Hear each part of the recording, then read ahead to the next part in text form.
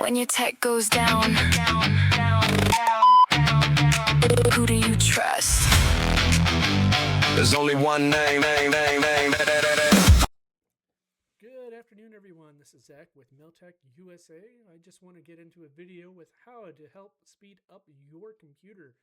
Whether this be a home computer or a business computer, it does not matter. You can follow along, and we're going to go over some very simple things. Okay, on the bottom right down here, you can follow my cursor. You're going to see this little up and down arrow.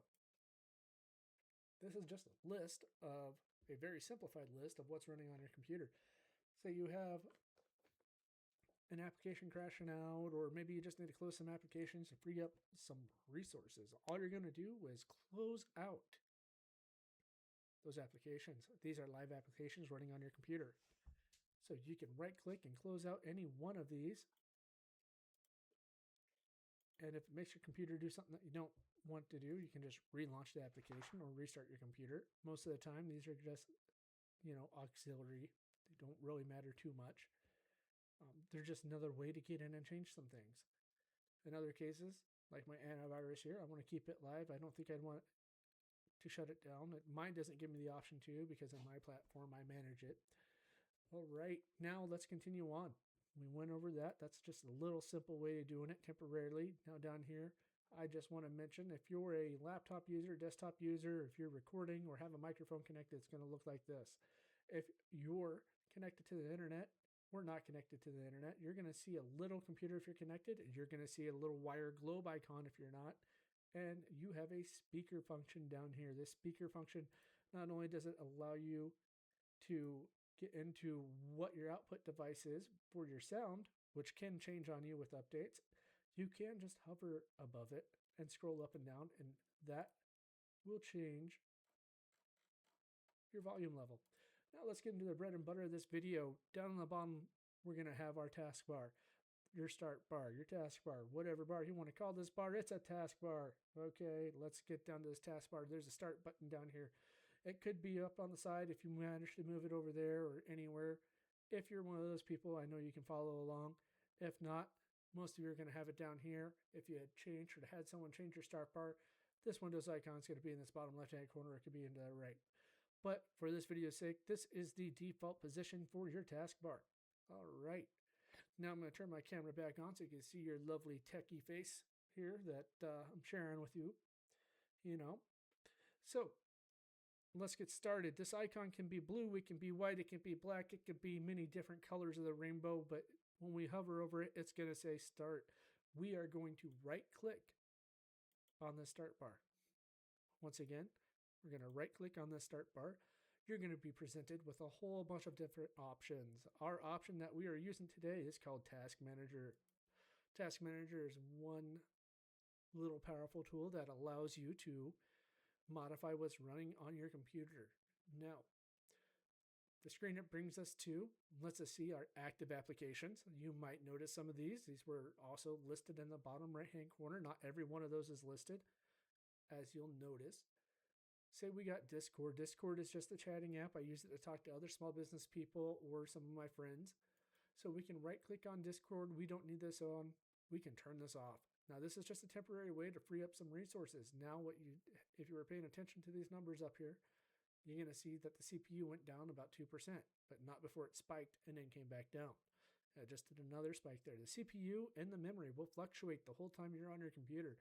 Now you want to keep these numbers as low as you can. With that being, these just directly correlate with the applications listed below them. Now, the higher these numbers are, the more wear and tear you're putting on your computer, and it's not necessarily wear and tear, it's about how much horsepower you have available.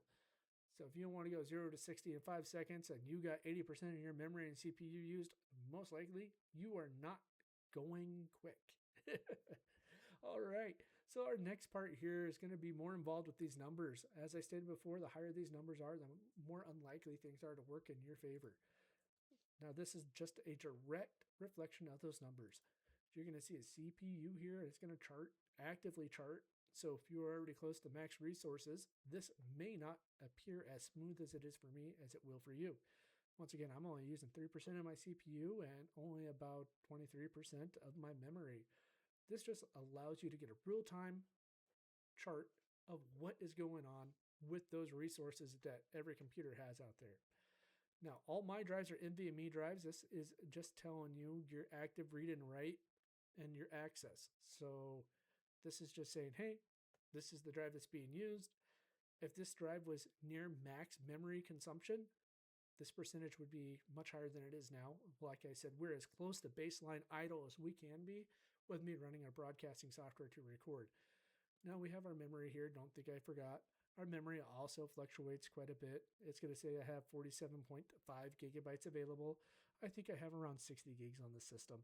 I can't quite remember, but there is quite a few 65 gigs available in the system.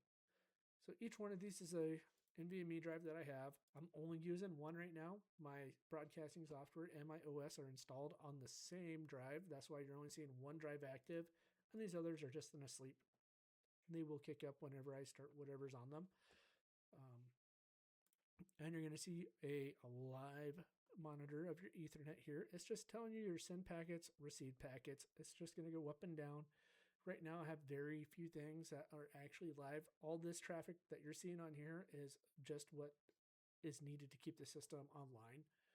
Pretty much, it's just talking to my RMM program, saying, hey, I'm here, I'm alive, and keeping that signal alive. That's all this is doing right now. Now below that, you're going to have the GPU. If you have a graphics processing unit like I do, that's an add-in. You're going to see how much of that is being utilized. We're using very little of our card, as we have a 4090. It's a pretty high-end card. 24 gigabytes of VRAM available, and we're only using 2.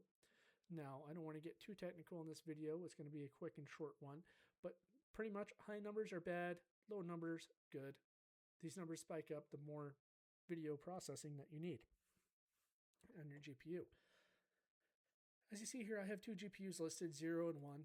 This is an integrated graphics. This will never kick off unless something bad happens to my main graphics processor, in which case I hope not, as this card is like a $2,500 graphics card. I use it for workloads, video editing. Now let's go down below that. App history.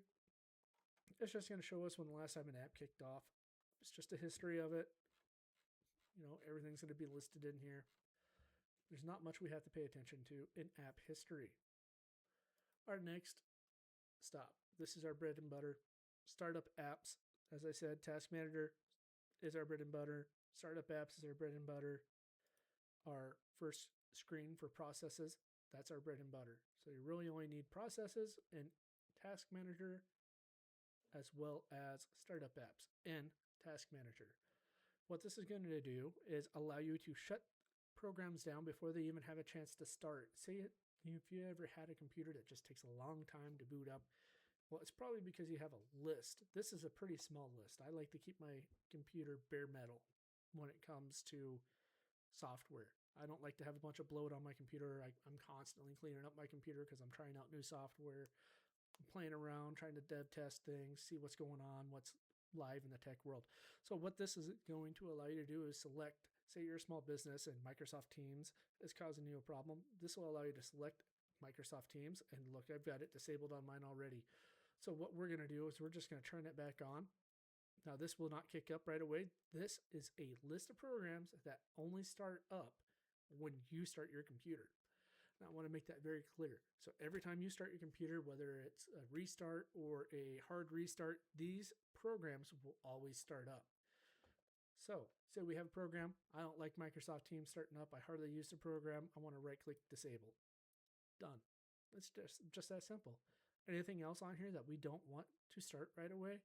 Say, hey, I don't want my music to start up. That's what Spotify is. I'll disable that. It won't start when my computer starts.